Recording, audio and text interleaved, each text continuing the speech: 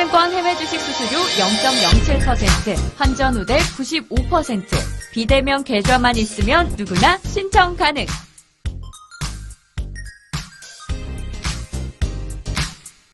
원금 손실 발생 시 투자자 귀속에 유의하세요.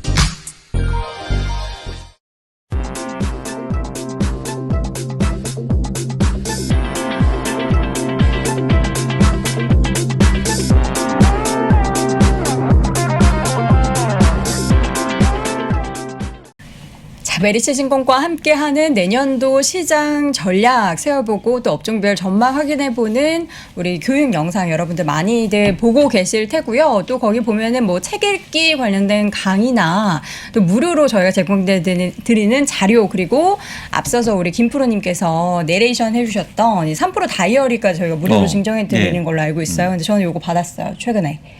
받았는데. 이걸요? 그럼요. 구입해서 받았는데 이 안에 굉장히 많은 이제 우리나라로 따지면 이제 3프로 TV를 통해서 유명해 주신 분들이 멘트를 많이 예. 써주셨는데 우리 장부 사장님이 없으셔가지고 저는 좀 그래서 서운했어요. 저는 뭐 우리 여동원께서 네. 내가 없으면 이거 안 받는다 나는 말씀하셔서 안 받을 줄 알았더니 받으신 걸로 보입니다. 예, 받았어요. 좋아요. 여러분 네, 좋고 좋습니다. 이제 구입하시면 사실 수익금은 좋은데 네, 또 그렇습니다. 쓰이니까 여러분들도 꼭, 함께 해주시면 꼭 구입하시면 좋을 것 같습니다. 뭐 하지 말라면. 아닙니다. 저는 뭐 빠져 상관없으니까 잠깐 네. 실적 속보, 발표. 네. 속보 말씀드립니다. 네. 나이키 실적이 좀 전에 나왔는데요. 네, 네. 나이키가 한 2분 전에 실적 발표했습니다. EPS가 0.63 예상했는데 0.83. 오. 잘 나왔어요. 네. 잘 나오는 바람에 주가 올라가는 그런 모습 보이는데 잘 나간 이유는요. 북미 쪽에서 수요가 급증했다. 얘네들은 이런 겁니다. 중국 잘 팔리면 거기서 네. 실적을 얻고 네네. 또 미국 잘 팔리면 거기서 얻고 네. 보통 양쪽에 그쵸. 딱 달리고 있는 거예요. 그 최근에 우리나라에서 그 지드래곤과 그 나이키가 콜라보레이션 해가지고 그렇습니까? 엄청 또 예쁜 신발을 그 없어서 못 사요 사실. 뭐 연예인분들은 많이 선물 받고 그랬던데 그거 보면서 역시 지드래곤의 또 나이키 실적 상승에 영향 미치겠구나. 제가 경고하는데요. 네. 저한테 선물 절대 하시면 안 됩니다. 진짜 저는 사양할 테니까 예. 여기서 오늘 많은 분 앞에서 얘기하시죠. 맹세하세요. 예, 선물 거부. 네, 예, 그렇습니다. 알겠습니다. 감사합니다. 해서 나이키가 시간 내에서 네. 2.56%가 네. 올라간다는 거 보시면 되고요. 네네. 더 잘 나온 친구가 있어요. 누구죠? 네, 마이크론 테크놀로지. 오, 잘 더 잘 나왔습니까? 나오는 그런 모습 보여주면서 네. 주가가 무려 6%가 넘게 폭등하고 있습니다. 오. 폭등. 네, 이 정도 폭등이죠. 네. 실적이 잘 나왔고요. 역시 가이던스까지 네. 잘 나오면서 여러분들 편안하게 좀 보시면 좋을 것 같다. 네. 말씀드려보겠습니다. 실적 발표 속보 나이키와 마이크론 관련된 소식까지 전해드렸고요. 더불어서 선물은 절대 거부하신다는 장부 사장님의 맹세까지 들어봤습니다. 마음이 참 가볍네요. 자, 이번에는 대신증권 문남중 수석연구위원 모셔보도록 하겠습니다. 어서 오세요. 네, 어서 오세요. 안녕하세요. 산타 어떻게 멱살을 잡고 이제 끌고 올까요? 산타가 이제 네. 나타날 때가 됐습니다. 그러니까요. 이제 산타가 네. 이번 주 주말에 오니까 랠리를 가지고 올 것이냐 말 것이냐 거기에 대해서 많은 분들이 궁금하셔서 빨리 문 의원님 모셔라. 그러니까 네네네. 많이들 걱정을 하고 계시긴 해요. 저도 어떻게 기다리고 보세요? 있어요. 걱정하신다고요? 네, 네. 아니 기다리고 있어요. 기다리신다고요? 근데 계시는군요. 아직 때가 아니에요. 산타가 나타나기에는 그래서 언제? 네, 사실 이제 그래서 이제 제가 산타넬리에 대한 좀 얘기를 좀 드리려고 네. 예. 하는데요. 이제 보통 이제 성탄절 전후 그리고 연말 그리고 내년 연초까지 이어지는 기간 동안에 주가가 강하게 오르는 모습들을 우리가 보통 산타넬리라고 합니다. 네. 미국 같은 경우는 이제 성탄절 전후로 보너스가 많이 지급이 되죠. 그러다 보니까 지인이나 친구들한테 선물을 사기 위해서 소비를 하기 때문에 소비가 늘어나게 되고요. 그렇게 된다고 하면 미국의 내수가 확대되기 때문에 당연히 미국 기업들의 매출도 늘어나게 됐죠. 사람들이 이제 이런 부분들을 항상 이제 알고 있기 때문에 주식시장에서 관련된 기업들의 주식을 살려고 하다 보니까 전반적으로 이제 증시 전체 지수가 올라가는 모습이 나타나는 건데 그 시기가 정확하게 미국 증시가 폐장되는 날을 기준으로 해서 그 5일 전. 그러니까 정확하게 보면 이번 주 금요일부터 그 기간에 들어가는 겁니다. 오. 그리고 내년 2일이면 이제 끝나는. 그러니까 이제 이런 기간들을 놓고 온다고 하면 사실 산타넬리라는 얘기가 지금 12월 들어서 너무 일찍 나왔어요. 정말로. 미리 오기를 바란 거죠. 네, 너무 이제 간절하게 바라셨는데 네. 이제 성탄절 이번 주 금요일 또 2부가 있기 때문에 아마 그때부터는 좀 증시도 산타가 찾아오면서 안정을 되찾을 가능성이 높다 그렇게 좀 보고 있습니다. 그래서 네. 최근에 미국 증시의 변동성이 커졌던 거는 아무래도 12월 FMC의 휴유증이라고 보고 있어요. 결국 적응 기간이 필요하다 보고 있기 때문에 이 적응 기간을 좀 지나고 나면 변동성은 줄어들고 또 증시는 점차 안정을 되찾을 걸로 좀 보고 있어서 아마 다음 주 그리고 내년 연초 사실 새로운 새해가 되면 새로운 정책에 대한 기대감이 높아질 수밖에 없는 부분들이 있고 전일 미국 증시 하락의 요인이었던 사실 휴먼 인프라 투자 법안이 좀 지체될 수 있다는 부분들도 지금은 그렇지만 결국엔 통과될 겁니다. 그래서 늦어지게 되면 내년 1월 정도는 통과될 걸로 좀 보고 있기 때문에 사실 산타넬리가 1월 효과까지 좀 반영하는 부분들도 있어요. 그래서 이런 것들을 감안한다고 하면 너무 지금 시장의 어떤 변동성에 대해서 우려를 하실 필요는 없다 생각을 하고 있습니다. 예. 네. 그래도 오미크론은 조금 저희가 모르는 분야고 지금 막 확산 단계에 있는데 그렇게 그 좋게 보시는 이유가 오미크론에 대한 뭐 전문적인 지식을 알고 있는지 어떤 것 때문에 그러시는가요? 네. 사실 지금 오미크론에 대한 정확한 진단이 이루어진 건 그렇습니다. 없어요. 맞습니다. 그러다 보니까 이제 경제의 불확실성이 커질 수 있다는 우려 때문에 오미크론이 이제 증시의 변동성 요인으로 작용하고 있는 것 같아요. 제가 오미크론이 출현했던 게 11월 26일이었는데요. 그때 나와서 지난해 있었던 4번의 변이 사례를 한번 참고할 필요가 있다고 말씀드렸어요. 네. 2020년 5월에 영국의 알파가 있었고 또 2020년 9월에 그리고 베타. 뭐죠? 영국의 알파. 네. 5월달이 남아공의 베타였고요. 네. 그리고 이제 10월달이 이제 인도의 델타, 네. 그리고 이제 11월이 브라질 감마 이렇게 4번의 사례가 있었는데 그때 미국 증시가 하락했던 이 변동률을 놓고 본다고 하면 마이너스 3.6에서 마이너스 9.6% 정도 범위에서 하락 변동성을 보고 사실 변이에 대한 영향에서 해소되는 부분들이 있었습니다. 그래서 11월 26일을 기준으로 이 범위 내에서 지금 S&P 500 지수가 움직이고 있기 때문에 의외로 오미크론이 주고 있는 변동성 자체가 시장에 그렇게 큰 충격은 주고 있지 않다고 저는 그렇게 좀 해석을 하고 있기 때문에 이 변이라는 거가 지속적으로 시장에 영향을 줄 수 있다고 그렇게 해석은 안 하고 있는 상황입니다. 네. 네. 변수 중에서 오미크론도 있지만 앞서 잠깐 언급해 주셨던 12월 FOMC 관련해서 지금 사실 시장은 알고 있었던 내용임에도 불구하고 그것을 시장 하락할 때마다 악재로 다시 한번 끌고 올라오는 그런 분위기거든요. 여기에 대해서 어떻게 보세요? 너무 안 좋게만 해석하는 것 같은데 저는 긍정적으로 해석하는 부분들도 분명히 있어요.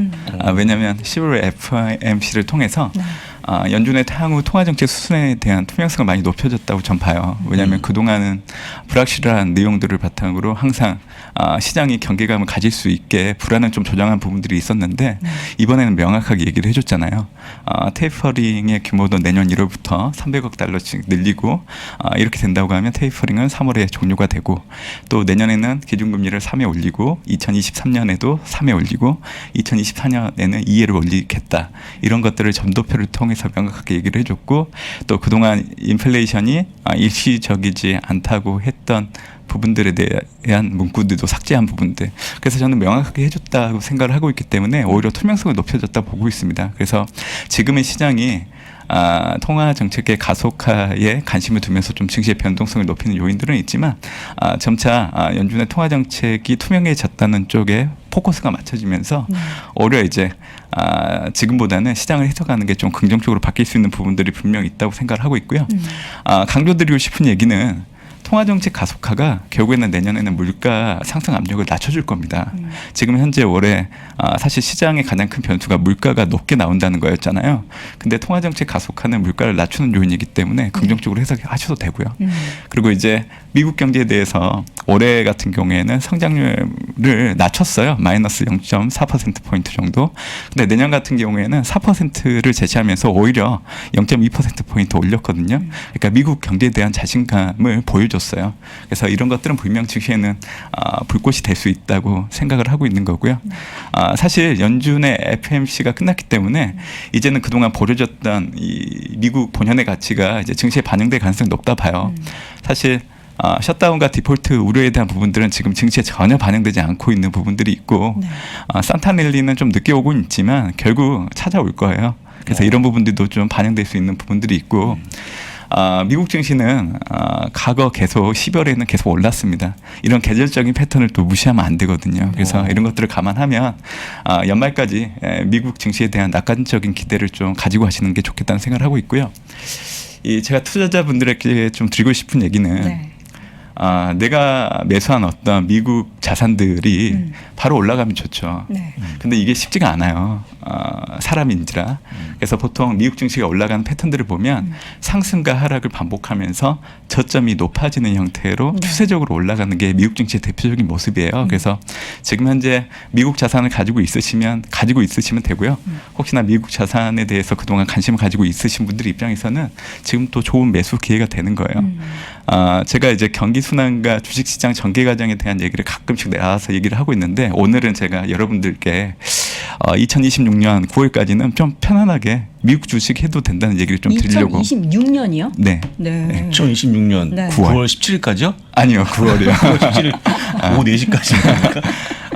네네. 어떻게 그렇게 어떻게 네. 어떻게 산정하신 거죠? 그게? 네. 우리가 금융위기를 겪고 나서 금융위기로 인한 이 경기 확장이 끝나는 시점, 그러니까 경기 후퇴로 진입했던 시점이 2018년 2월이었고요. 경기 이제 불황으로 들어가는 게 2018년 12월. 그리고 이제 코로나19를 겪으면서 미국의 경기 저점은 지난해 4월달 형성이 됐죠. 그리고 지난해 5월부터 올해 2월까지 미국의 경기 회복은 약 10개월 정도 진행되면서 끝났고요. 올해 3월부터 지금 현재 미국 경기는 확장에 들어가 있습니다.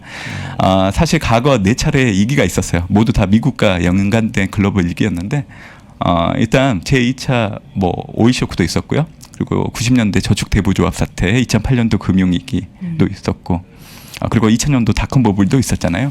이 4차례 글로벌 위기 때 경기 호황에 진입했을 때 미국은 평균적으로 5년 6개월 정도 지속이 됐습니다. 그래서 이거를 올해 3월 이후로 반영을 해보면 2016년 9월 정도가 예측이 되는 거예요. 그래서 저는 앞으로 미국 주식을 포함한 위험자산에 투자하는 시계를 놓고 봤을 때 2026년 9월까지는 사실은 위험자산에 투자하는 건 맞다고 그렇게 좀 보고 있는 거고요. 제가 말씀드렸던 그 과거 글로벌 4번의 위기 때 미국의 S&P 500 지수를 기준으로 놓고 봤을 때 경기 호황 국면에서 153% 올랐어요.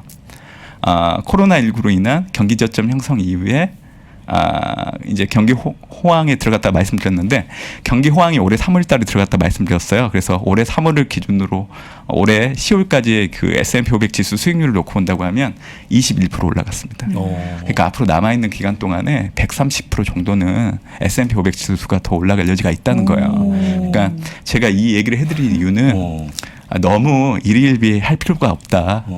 미국 증시는 살아있는 유기체라 보시면 돼요. 올라갈 수도 있고 떨어질 수도 있는데 사실은 올라갈 때 파는 거고 떨어질 때는 사는 거고 이 단순한 것만 잘 지키셔도 여러분들이 이제 작년부터 주식 투자를 시작하셨잖아요.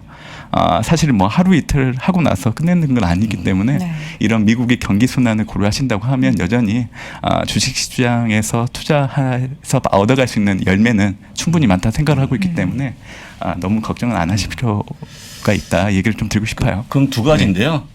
2026년 9월까지 방송에 나오시는 것과 1번. 2번은 좀 안 나왔다가 그날 나오는 것과 계속 나오셔야죠. 뭘 하시겠습니까? 저는 꾸준하게 지금 계약서 쓰시고 하시는데 네, 저는 꾸준하게 여러분들께 제가 그렇습니다. 한 내용에 대해서 좀 책임감 있게 그러니까 피드백을 그렇죠. 계속 드릴 거예요. 네. 그러니까 일일비 하지 말자는 얘기죠. 네, 그렇죠. 맞아요. 길게 보자라는 말씀하신 거고 좋은 얘기였습니다. 저는 이제 책상 앞에 붙여놓을 거예요. 2026년 9월 S&P 네. 기준 130%. 네, 좋은 이렇게 겁니다. 예. 그렇게 하고 자. 그다음 또 다른 변수가 또 있어요. 이걸 또 어떻게 보시는지 중국에서 대출 우대금리 인하 이 소식이 호재일 것이다. 반대로 그렇게 좋지 않다. 이렇게 분석하는 쪽도 있더라고요. 지금 현재 이제 중국 같은 경우에는 네. 경기 부양을 좀 해야 되는 상황이 있어요. 헝다 사태를 겪으면서 사실 부동산 시장이 위축되고 있기 때문에 사실 지금 현재 정부 정책을 꺼내들지 않는다고 하면 지금 현재 중국의 경기 수준을 유지하기 좀 어려워요. 그러다 보니까 이제 얼마 전에 끝난 중앙경제공작 회의를 통해서도 사실 이 내년도 시진핑 주석이 3연임을 하기 위해서는 내년 11월 예정된 제20차 당대회의를 통해서 그때 확정이 되게 됩니다. 그래서 그 이전까지는 사실 이 공동부유라는 기조 아래서 이 경제적인 심리가 좀 위축될 수 있는 부분들이 계속 나타날 수 있기 때문에 사실은 이제 내년도 경기 부양을 할 수 있는 여력을 어느 정도 좀 남겨놨다고 보고 있어서 그 일환의 하나로 지금 현재 올해 같은 경우에는 지준율이나 그리고 이제 대출 우대금리도 인하하는 모습들이 나타나고 있는 것 같아요. 저는 긍정적으로 좀 해석을 해요. 사실 경기 둔화를 방어하기 위한 정부 정책이 나왔다는 거기 때문에 증시에는 그렇게 부정적으로 작용할 여지는 없다고 보고 있지만 사실 이거는 통화 정책의 문제인 것 같아요.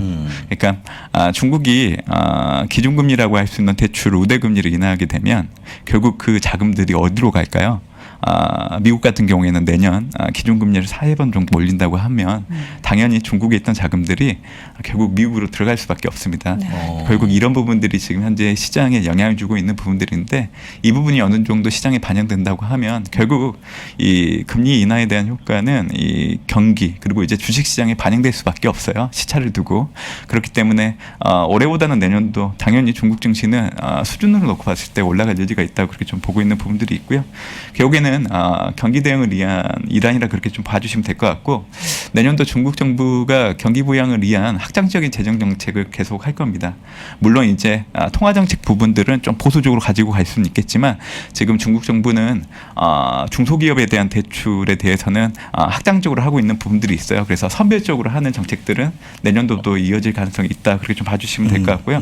올해는 중국 경제가 수출을 통해서 성장을 했었는데 내년은 수출보다는 투자와 소비를 통해서 좀 성장을 할 거를 좀 보고 있는데 성장률은 올해보다는 떨어질 겁니다. 근데 이건 중국분의 문제가 아니라 그쵸. 대부분의 국가의 성장률이 연간으로 보면 내년에 떨어져요. 이거는 기저효과에 인해서 하는 거기 때문에 그렇게 크게 문제가 되는 부분들은 아니라서 네.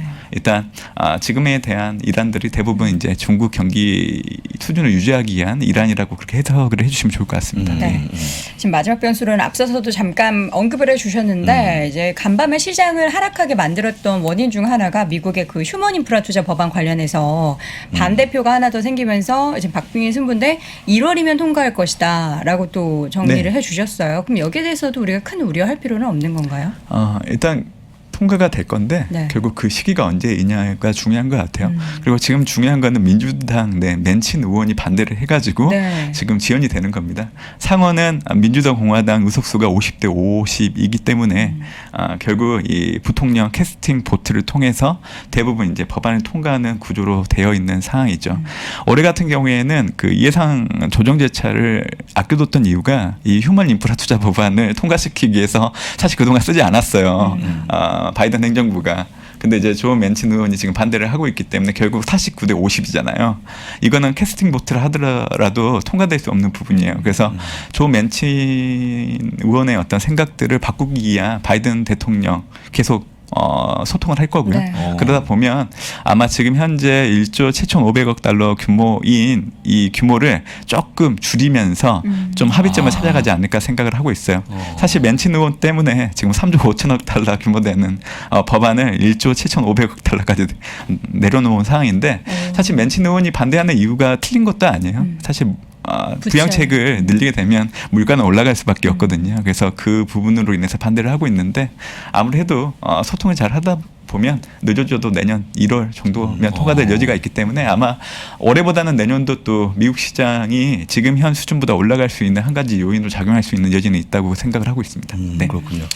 근데 아까 제가 이제 잠깐 그 협소한 말씀을 드렸어요. 왜냐하면 기사가 그러니까 그 테슬라가 어제 빠졌거든요. 아까 얘기했지만 리콜 사태하고 또 갑자기 투자금리 중지부 나오면서 빠졌는데 솔직하게 제가 그거보다는 여기 그 복지 법안 자체 안에 기후 대응이 또 들어가 있지 않습니까? 해서 만약에 이게 안 되면 우리가 흔히 얘기했던 전기차 업체가 빠질 수밖에 없는데 오늘 하락이 제가 보기엔 그것도 요인이 있는 것 같거든요. 해서 오늘 보니까 전기차 업체 빠졌더라고요. 혹시 그와 관련한 내용도 혹시 있을까? 네, 저는 사실 테슬라의 기업 가치를 놓고 지금 현재 주가를 논하면 가장 좋겠지만 지금 테슬라의 기업 가치는 전혀 고려되지 않고 결국에는 CEO의 그 어떤 발언들 그리고 테슬라가 보유하고 있는 가상화폐 에 따라서 이제 좀 연동돼서 움직이는 것 같습니다. 일단 테슬라 주가는 그 CEO의 주식 매도 물량이 소진되지 않는 한 하락 압력을 받을 여지가 있어요. 그래서 제가 이 얘기는 계속 해왔던 것 같은데 일단 테슬라 CEO가 주식 매도가 일단락되는 그 시점이 테슬라 주가를 좀 살 수 있는 좋은 기회가 될 걸로 좀 보고 있기 때문에 아마 그 이후부터는 이제 기업 가치가 좀 많이 반영될 겁니다. 결국 전기차 프리미엄 시장에서 선점을 하고 있는 테슬라의 가치는 앞으로도 높아질 여지가 있고 앞으로 전기차 시장의 규모가 연평균 440% 이상 커질 걸로 놓고 온다고 하면 테슬라의 주가는 이러한 기업 가치가 커질 수 있는 성장성을 반영해서 올라갈 수 있다고 보고 있어요. 다만 지금은 아니라는 거죠. 지금은 그래서 아니다. 좀 지켜보시는 게 좋지 않을까 생각을 하고 이제 있습니다. 거의 다 팔았죠? 이제 거의 다 조금만 더 팔았죠. 팔면 네, 되죠? 조금만 더 팔면 되는데 조금만 더 기다리면 될 언제 거 아니에요. 팔지만 제가 이따가 물어보겠습니다. 네, 전화 한번. 네, 전화 한번 해보겠습니다. 알겠습니다. 이번 주 확인해볼 미국 주 경제 지표 몇 가지 있잖아요. 뭘 볼까요? 사실 12월 FMC 이후에 이 통화 정책 가소화되는 부분들을 좀 자극할 수 있는 변수들이 지금 현재 발표가 예정되어 있습니다. 23일 날 이제 11월 미국의 PC 개인 소비 지출 발표를 앞두고 있는데 11월 소비자 물가에서 확인했듯이 예상치 수준에서 좀 높게 나올 걸로 좀 보고 있어요. 결국에는 이제 물가가 앞으로 좀 고차가 될 수 있는 여지를 남길 수 있는 부분들이 있기 때문에 사실 지금 현재 시장이 좀 변동성 갖고 움직이는 걸 놓고 온다고 하면 지금 23일 날 발표되고 있는 이제 미국의 PC 결과를 좀 지켜보기 위해서 그게 반영되고 있다고 그래 좀 보고 있고요. 또 24일 날 또 미시간 소비자 신뢰 지수가 발표되는데 이게 전월치보다는 조금 올라갈 여지는 있어 보이지만 결국 소비 형태에 대한 동향을 좀 파악할 수 있는 지표라고 그렇게 해석을 하시면 될 것 같습니다. 결국 수준 자체가 좀 높게 나올 수 있는 부분들이 결국에는 물가로 연결될 수 있는 부분들이 있어서 11월 미국의 PC 그리고 이제 24일 발표되는 또 미시간 소비자 신뢰 지수가 발표되는 걸 확인되기 전까지는 좀 미국 증시가 여전히 좀 불안하게 움직일 여지는 있을 걸로 좀 예상을 하고 있는 상황입니다. 네. 알겠습니다. 마지막으로 키워드 하나 가져오셨는데 예. 이거 잠깐 들어볼게요. 신디커플링, 뭐 새로운 디커플링이 지금 뭐 발생할 거라는 말씀이신가요? 사실 올해 한 해 증시를 좀 정리하는 상황에서 말씀드리면 이 디커플링을 좀 해결을 해야 되는 부분들이 있습니다. 네. 올해 권역간 그러니까 신흥국은 올해 연간 수익률이 마이너스 4%인데 사실 선진국 같은 경우에는 지금 현재 16% 정도 수익률이 있고 전 권역을 아울러서 미국 증시 S&P 500 지수를 기준으로 놓고 본다고 하면 23%로 가장 높습니다. 그래서 이러한 디커플링 기조가 내년에도 이어질 가능성이 높다 그렇게 좀 보고 있는데 짧게는 연말까지 아니면 앞으로 통화 정책의 가속화라는 부분들이 해제될 때마다 이 미국 지수가 디커플링이 좀 나타날 수 있다는 거죠. 그러니까 나스닥보다는 다우와 S&P 500이 상대적으로 좀 미국 증시가 올라가는 흐름일 때 견인할 수 있다는 부분들이 있습니다. 왜냐하면 사실 나스닥은 IT 비중이 높잖아요. 섹터 비중을 놓고 그렇죠. 봤을 때 거의 60% 가까이 되지만 다우와 S&P 500 같은 경우에는 사실 금융 섹터를 보유를 하고 있단 말이에요. 한 15%에서 20% 범위 내에서 결국 통화 정책 가속화라는 거는 물가와 금리가 올라가는 걸로 연결될 수 있잖아요. 그렇게 된다고 하면 미국 지수 내에서도 사실 금리가 올라갈 때 가장 취약할 수 있는 게 미국이 기술주잖아요. 그러면 기술주 비중이 높은 할인율 확대에 대해서 피해를 받을 수 있는 나스닥이 상대적으로 못 오를 수 있고 오히려 이제 물가나 금리가 올라갈 때 수혜를 받을 수 있는 금융주 그리고 이제 소비재 비중이 높은 다우나 S&P 500 지수가 오히려 상대적으로 좀 더 올라갈 여지가 있기 때문에 짧게는 연말까지 아니면 앞으로 좀 통화 정책의 가속화가 해제될 때 제가 말씀드렸던 미국 지수 간 디커플링이 나타날 수 있다. 이제 이거를 좀 알아두시면 좋을 것 같아서 좀 준비를 했습니다. 네. 근데 만약에 그 말씀이라 그러면 최근에 금융주가 좀 빠지는 모습 보이지 않습니까? 그거는 왜 그런 빠질까요? 아무래도 올해 연말을 좀 마감하는 시점이기 때문에 지금 현재 큰 자산 운용업계에서는 좀 포트폴리오 리밸런싱을 좀 하고 있는 상황이에요. 올해 같은 경우에도 금융섹터 수익률을 보면 상당히 좋았어요. 좋았습니다. 맞아요. 그러니까 이제 내년을 염두에 두고 일정 정도 비중 조절이 있다 보니까 좀 매도 물량이 나오기 때문에 주가가 하락 압력을 좀 받는 부분들이 있지만 아마 연말이 지나고 나면 또 이런 부분들이 일단락되기 때문에 아마 또 내년부터는 또 안정을 되찾을 여지가 있습니다. 그래서 제가 이제 말씀드릴 때 짧게는 연말까지, 이제 아니면 연준의 통화 정책이 가속화되는 게 해제될 때마다 미국 지수 간에도 이제 좀 약간 디커플링이 나타날 수 있다. 이렇게 좀 해석을 해주시면 좋을 것 같습니다. 네. 오늘 투자를 좀 장기적으로 우리가 중장기적으로 이렇게 맵을 짤 때 굉장히 또 바로미터가 될 만한 이야기들을 너무 많이 해주셨어요. 네, 그렇습니다. 요거는 제가 끝나고 나서 숫자 위주로 좀 정리해서 예. 적어두도록 하겠습니다. 그렇습니다. 오늘도 대신증권 문남중 수석 연구위원 함께했습니다. 알겠습니다. 위원님 고맙습니다. 네, 감사합니다. 아직도 미국 주식 투자 망설이고 있습니까?